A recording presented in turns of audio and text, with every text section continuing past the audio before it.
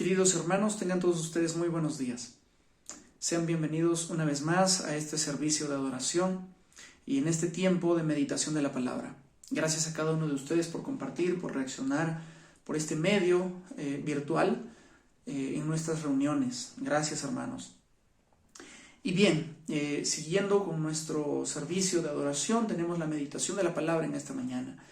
Y como ya hemos leído la palabra del Señor, tenemos esta mañana la meditación en el Evangelio de San Lucas. Vamos a comenzar una nueva serie de estudios con este Evangelio de San Lucas. Es muy bonito, sabemos que habla acerca de la historia de nuestro Señor Jesucristo y de todas las cosas que Él hizo aquí cuando estaba en la tierra y toda la historia que viene consigo el Santo Evangelio. Asimismo, vamos a tratar de desglosar capítulo por capítulo y versículo por versículo cada parte para poder aplicar a nuestra vida diaria y a nuestros quehaceres también. Aprender a aplicarlo es de manera maravillosa, de alguna manera, hermanos, con ayuda, obviamente, de nuestro Señor y del Espíritu Santo. Es importante que nosotros logremos aplicar de una manera adecuada. Y bien, hermanos, antes de comenzar, vamos a orar. ¿Sí? Vamos a orar. Padre amado, Dios Todopoderoso, te damos gracias, Señor, por este tiempo. Gracias, amado Dios, porque tú has provisto, Señor, de todo lo necesario para este día. Tú has puesto, Señor, cada cosa en su lugar. Y gracias, amado Dios, porque tú, Señor, nos das este tiempo para poder adorarte, para poder alabarte, para poder, Señor, aprender más de ti y de tu palabra. Ayúdanos, Señor, a poder aplicarlo de manera adecuada. Nos dejamos, Señor, en tus preciosas manos. En tu nombre, Cristo Jesús. Amén. Muy bien, hermanos. Entonces, como hemos leído, vamos a hablar, tocamos en esta parte del Evangelio de San Lucas, la historia de Zacarías y Elizabeth. Y asimismo vamos a hacer un comparativo con la historia de Noé y su familia. ¿Por qué? Bueno, vamos a ver el inicio de Lucas. Los primeros 4 versículos da una introducción Lucas y a quién va dirigida también esta carta que le está escribiendo, ¿no? Dice: muchos ya han tratado de poner en orden la historia de las cosas que entre nosotros han sido ciertísimas, tal como nos lo enseñaron los que desde el principio vieron con sus ojos y fueron ministros de la palabra. Él está haciendo una presentación de testimonios presenciales que a él le contaron. O sea, no está construyendo, digamos, la historia, no está reconstruyendo la historia, sino está tratando de seguir un orden cronológico del ministerio de Jesús, de la vida de Jesús y todas las cosas que acontecieron ahí. Entonces dice: me ha parecido a mí, después de haber investigado con diligencia todas las cosas desde su origen, escribírtelas por orden, oh excelentísimo Teófilo, para que conozcas bien la verdad de las cosas de las cuales he sido instruido. Entonces Lucas escribe este evangelio para dar firmeza y estabilidad a la fe de aquellos que han escuchado o han sido instruidos en el cristianismo de esa época. Y dentro de ellos estaba su amigo, ¿no?, excelentísimo Teófilo. Y este prefacio es una forma típica de introducción de las cartas de ese tiempo, de los estudiosos, de los eruditos de ese tiempo. Y bueno, Lucas era uno de ellos, ¿no? Y ya lo vemos aquí. Entonces, luego de contar el propósito del que está hablando aquí, de esta dedicatoria, él señala a continuación, en los siguientes versículos, los acontecimientos de Zacarías, Elizabeth, su esposa, y también de María, más adelante, anticipando la venida del Hijo de Dios al mundo, ¿no? Entonces, en este estudio vamos a aprender, hermanos, vamos a ver cómo las promesas de Dios, que Dios le hizo a las familias, tanto de Noé como de Zacarías, nos brindan ánimo para que actuemos en justicia y en obediencia, aún a pesar de las dificultades. Bien, vamos a ver los primeros versículos. Hubo en los días de Herodes, rey de Judea, un sacerdote llamado Zacarías, de la clase de Abías. Su mujer era de las hijas de Aarón y se llamaba Elizabeth. Ambos eran de la casa de sacerdotes, ¿no? Ambos, tanto Zacarías como su esposa. Ambos eran justos delante de Dios y andaban irreprensibles en todos los mandamientos y ordenanzas del Señor. Una pareja respetada y ejemplar, ambos. Ahora, me pongo a pensar, tanto Noé y su familia Cuando leemos en el Antiguo Testamento acerca de Noé, dice que halló gracia ante los ojos de Dios. Y dice que Noé también Dios caminó con Noé. Estaba encaminado Noé en las ordenanzas y en los estatutos del Señor, de la misma manera que Zacarías y su esposa. Por eso es que Dios pone los ojos en ellos. Ahora, ¿cómo era el ambiente en el que estaba Noé también? ¿Y cómo era el ambiente en el que estaba Zacarías y su esposa? Sabemos que Dios estaba completamente disgustado por la corrupción que había en la época de Noé. La humanidad se había corrompido de tal punto en que era despreciable toda delante de los ojos de Dios. Por eso es que Dios fijó sus ojos en Noé y decidió salvarlo a él y a su familia, junto con, que ya sabemos que en el arca entraron, ¿no?, todos los animales. Entonces Dios había dispuesto que Noé fuese con su familia, que sean salvados, esperando que a futuro haya una mejor forma de humanidad, ¿no?, eliminando la corrupción que había. Al mismo tiempo, Zacarías y Elizabeth vivían en una época también un poco triste también, ¿no? Sabemos que el pueblo de Israel estaba sometido y gobernaba Judea, nos dice el versículo 5, en los días de Herodes, rey de Judea. Y es importante que nombre Lucas quién era el rey de Judea, porque este Herodes no era cualquier rey, era un tirano. Era un tirano. Y esta comparación del tirano de Herodes, quien fue la persona que decidió mandar matar a los niños menores de 2 años que había en Belén y en todos los alrededores. Esta narración se encuentra en Mateo capítulo 2 versículo 16. Entonces este contraste de poner a Herodes como un tirano y a Zacarías y su esposa como hombres justos delante de Dios, que andaban encaminados, irreprensibles en los mandamientos y ordenanzas del Señor. Es un contraste muy importante. Esta palabra me llama mucho la atención, justos delante de Dios, justos delante de Dios. Solamente Dios es quien nos hace justos, hermanos. Y ellos eran considerados justos por la misma razón que ellos andaban, como dice en lo mismo con Noé, que Dios andaba con Noé, caminaba con Noé. Asimismo, Zacarías y Elizabeth caminaban, andaban, observaban los mandamientos y las ordenanzas del Señor, sin tergiversar, sin agregar ni legalizar el mandamiento como lo solían hacer estos sacerdotes que atacaban a Jesús. Ya veremos mucho más adelante cómo los sacerdotes atacaban a Jesús, porque ellos estaban acostumbrados a tergiversar las leyes para su propio beneficio y para juzgar a otros también, para señalar a otros. En cambio, Jesús vino a dar un orden correcto, un orden adecuado, un orden justo a las leyes que el Señor mismo había dispuesto por medio de Moisés a su pueblo. Entonces, estas personas, Zacarías y Elizabeth, se andaban encaminados en las ordenanzas del Señor de manera correcta, de manera justa. No solamente veían la ley del Señor, no solamente la estudiaban, no solamente la leían, sino que la aplicaban adecuadamente. Entonces, las intenciones de Zacarías siempre fueron justas como sacerdote, y su esposa también. Una frase muy bonita que habla el comentarista Hendriksen dice: una persona que se guía o encamina en la palabra de Dios está interesada no solamente en el principio básico, sino también en la aplicación a situaciones concretas de la vida. Esa es la manera adecuada, hermanos, de utilizar la palabra de Dios, sin tergiversarla, sin legalizarla, ni tampoco liberalizarla, definitivamente. Es importante saber, hermanos, que debemos actuar adecuadamente frente a la palabra de Dios. No podemos tomar una sola cosa y formar una ley que sea absoluta, que no tenga, digamos, sobre todo perdón y gracia, que es la que nos da el Señor. Tenemos que pedir al Señor discernimiento para poder actuar de acuerdo a su palabra y saber utilizarla también. Ya más adelante en este mismo estudio vamos a ver cómo es que de alguna manera las leyes mal utilizadas servían también como condena, sin opción a perdón o sin opción a que haya una posibilidad de esperanza. Eso está mal, eso está muy mal.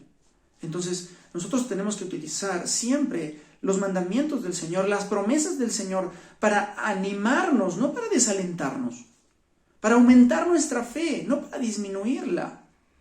Así también cuando nosotros veamos a un hermano que de pronto está en pecado, o a un hermano que está desanimado o triste por la situación en la que se encuentra, tenemos que utilizar la palabra de Dios adecuadamente para animarlo, no para desalentarlo, no para señalarlo, sino para ayudarlo a que se levante y que salga de ese pecado, si es que se encuentra en uno. Entonces estamos en este punto de que era una pareja muy respetada, una pareja que se andaba en justicia, caminaban en justicia. Entonces, en medio de este camino de justicia, de portarse bien, vienen las preocupaciones. ¿Qué dice en los versículos 7? Dice, pero no tenían hijos, porque Elizabeth era estéril y ambos eran ya de edad avanzada. Entonces, hermanos, me pongo a pensar en que muchas personas creen que por el hecho de andar con el Señor, caminar en su palabra, nunca vamos a tener problemas. Eso es absolutamente erróneo, eso es mentira. Ahora, en este mismo punto, nosotros nos encontramos en una situación bastante crítica, lamentable. ¿Quién de nosotros, de nuestras familias, no ha sufrido el golpe del COVID? Ya sea económico, ya sea físico, ya sea la pérdida de algún ser querido. Todos hemos tenido en este tiempo golpes muy fuertes por esta enfermedad. Entonces, hermanos, no por el hecho de que yo esté encaminado en las cosas del Señor, nunca me van a venir las preocupaciones, nunca me van a venir los problemas. Al contrario, los problemas siempre van a estar ahí. Entonces, Zacarías y Elizabeth tenían un problema. Al mismo tiempo que Noé y su familia también tenían una preocupación ahora, después de recibir la orden del Señor. Recibe la orden de Dios para construir el arca y deja de preocuparse por alguna manera del sostenimiento de la familia para asegurarse en cumplir con el encargo divino. ¡Qué gran preocupación ahora! Si se dedicaba al 100% a la construcción del arca, ¿qué comerían? ¿De qué se sustentarían? Imagínense. ¡Qué gran preocupación! Sin embargo, la justicia de Noé, que deriva de la fe y de la gracia dada por Dios, les da la tranquilidad para cumplir con el mandamiento del Señor, sabiendo que Dios sustentará todo esfuerzo que hagan ellos para cumplir su propósito, el propósito de Dios.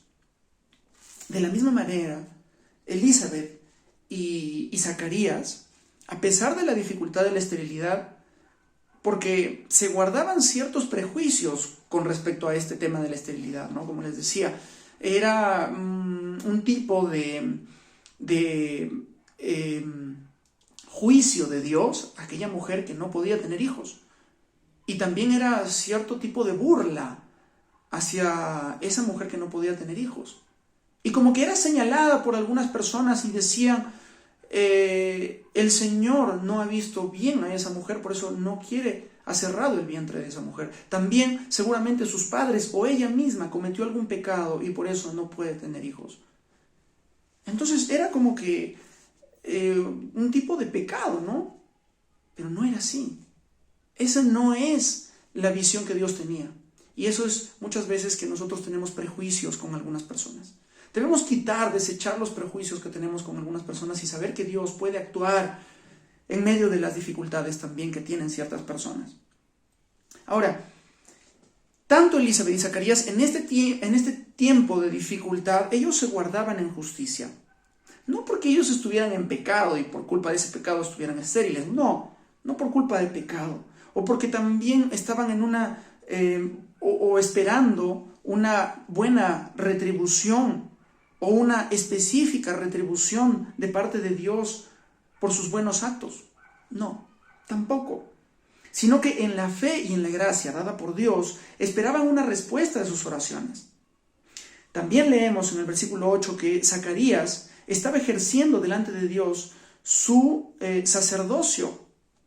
Y él tenía que cumplir su deber como sacerdote. Él estaba cumpliendo su deber como sacerdote. Y esta vez nos dice la Biblia que el versículo 9, conforme a la costumbre del sacerdocio, le tocó en suerte ofrecer el incienso, entrando en el santuario del Señor. Y toda la multitud del pueblo estaba fuera orando a la hora del incienso. Entonces le tocaba a Zacarías, estábamos en medio de la preocupación que él tenía, ¿no? Cumplir su deber de sacerdote en todo el juicio de lo que nos habla la Biblia, en justicia, de lo que nos habla la Biblia que tenía él. Y en su designación le tocó el sorteo, realizar la parte más solemne, más importante de toda la liturgia dentro del templo, quemar el incienso. Una especie de orden muy maravilloso, ¿no? Él se sentía probablemente halagado porque estas situaciones se daban una sola vez en la vida de los sacerdotes. Quemar el incienso, y le tocó a él. Entonces él tenía que cumplir como sacerdote. Uno de los deberes era ofrecer este incienso delante del Señor y orar fervientemente, dando gratitud por las bendiciones recibidas del pueblo y también suplicando la paz para Israel. Además, claro está, de su propia petición, de su preocupación específica. No podemos nosotros, hermanos, como hombres, dejar de lado las preocupaciones. Definitivamente eso es algo que siempre va a estar muy dentro de nosotros. No podemos dejar las preocupaciones diarias, y mucho menos en las circunstancias en las que nos encontramos.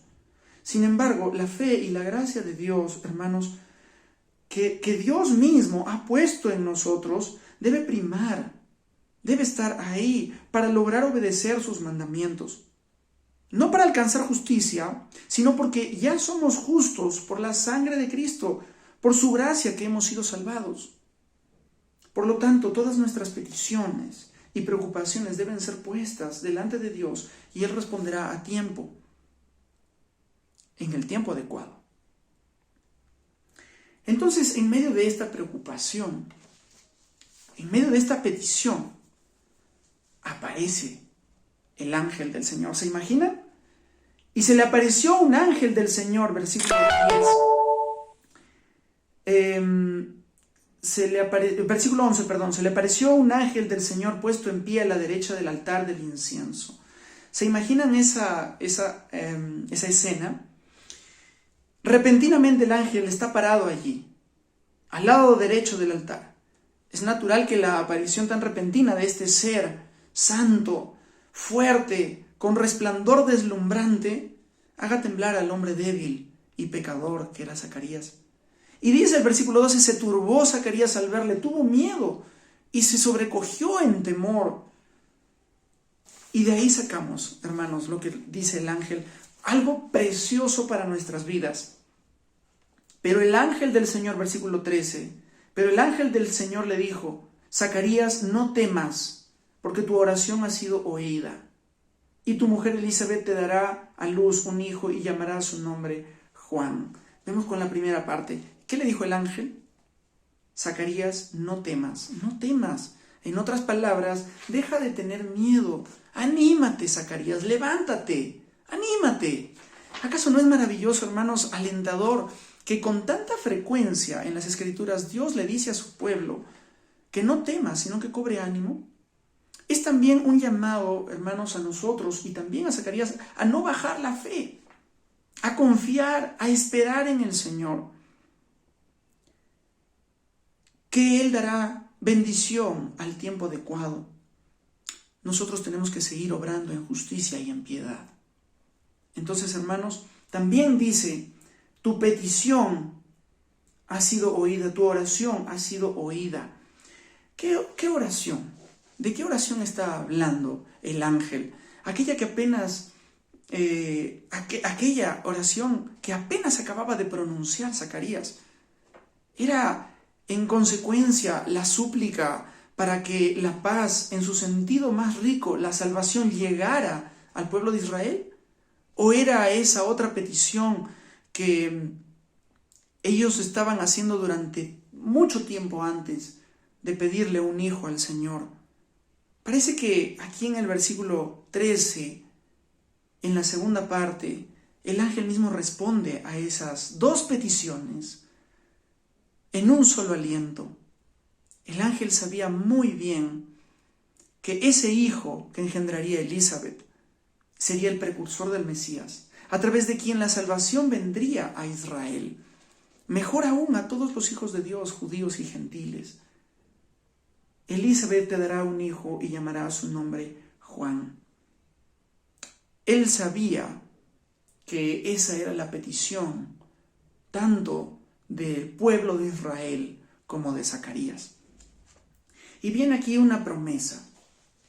Así como el corazón de Noé y su familia brotó de alegría cuando todo terminó, ellos bajaron del arca y alabaron al Señor, y Dios hizo un pacto con Noé y su familia, prometiendo un futuro mejor, sin volver a destruir de esa manera a la humanidad. El corazón de Zacarías también se llenó de alegría, de una alegría grandiosa, exuberante, por el cumplimiento de la promesa de Dios. La llegada de un niño a la familia fue maravillosa. Y bueno, podemos saber y tener en cuenta que siempre la llegada de un niño a una familia siempre va a estar acompañada de gran gozo, porque representa una esperanza para el futuro.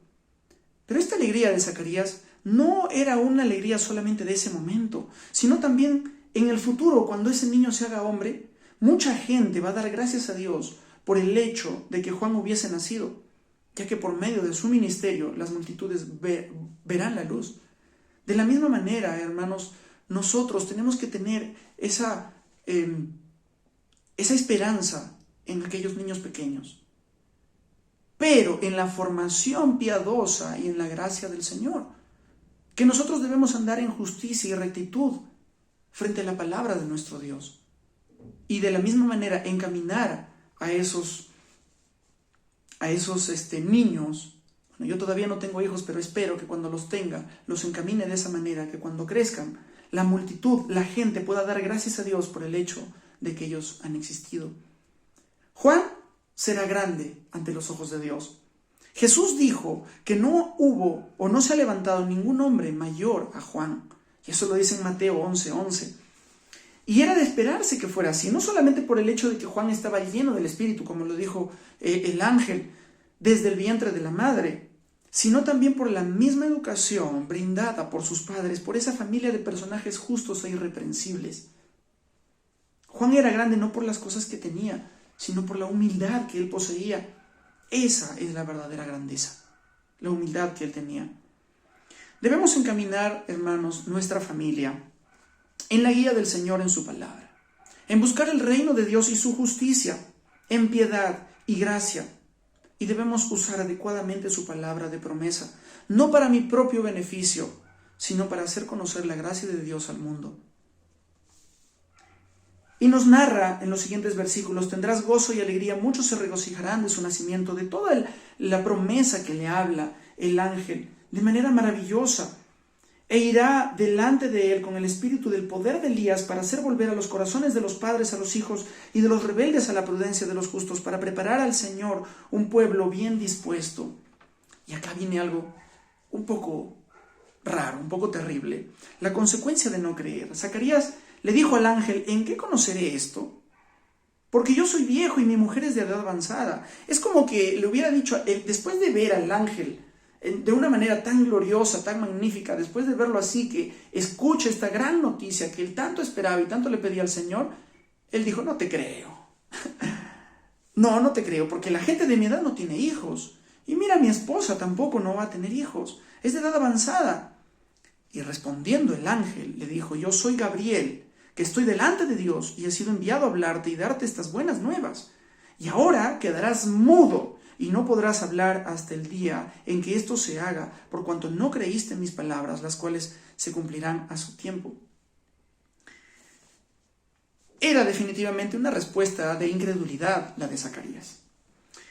Entonces, él tenía una educación de la ley del Señor. Él sabía los ejemplos de sus padres y de sus ancestros, a quienes Dios también los había llamado y que en algún momento ellos habían quizás ciertamente dudado a veces. Tenemos ejemplos, ¿no?, de ciertas dudas, o de que, por ejemplo, Gedeón, que le pidió a Dios ciertamente una muestra de que era él quien le estaba mandando. ¿Se acuerdan de esa historia? Pero Zacarías fue el único de todos ellos quien fue castigado. ¿Por qué? Porque realmente fue incredulidad. ¿Ustedes se imaginan a Noé dudar de Dios, a que él mandara el diluvio? ¿De verdad, Señor, vas a mandar el diluvio? ¿Lo mandarás, pues, para gastarme todo mi tiempo en hacer el arca? No creo, no dudó. Por otro lado, cuando ya vino, el arca estaba terminada y vino la lluvia, ¿ustedes creen que Noé dudó y dijo, Dios, ¿alcanzará esto? ¿Soportará el arca? Todas estas olas, toda tempestad que viene, ¿alcanzará, soportará el arca? ¿Ustedes creen que Noé hizo eso? No, pero Zacarías sí, y tuvo una consecuencia. ¿Cuál podrá ser, hermanos, la consecuencia de no creer las promesas del Señor? No solamente el hecho de que no vamos a recibir la bendición de Dios, o no vamos a disfrutar de esta promesa de Dios. No solamente eso, sino el hecho de no creer en la promesa de Dios también nos condena. También nos condena. Porque nos aleja de la bendición de Dios que tiene para nosotros.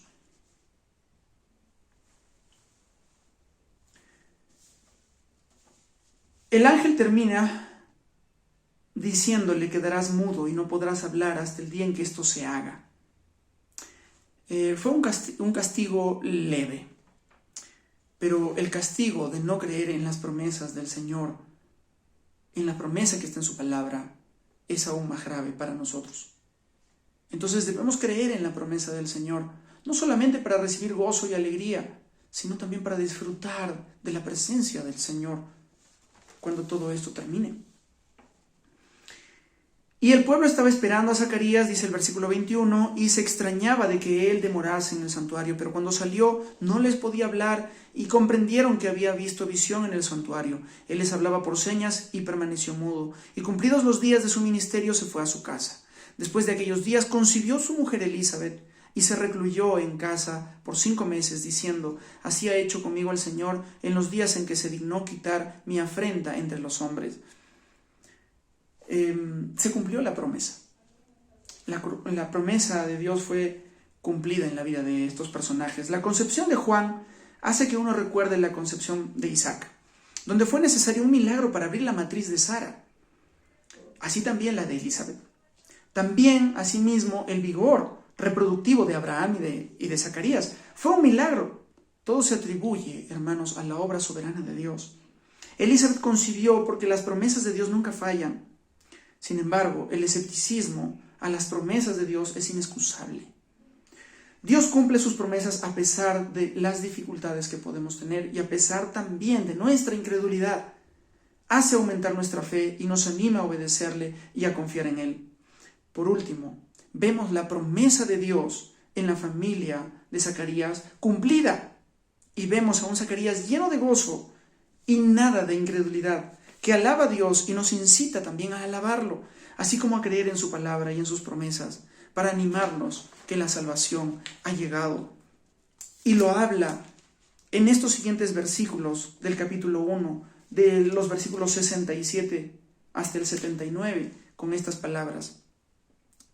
Terminamos con estas palabras que dice Zacarías de una manera grandiosa.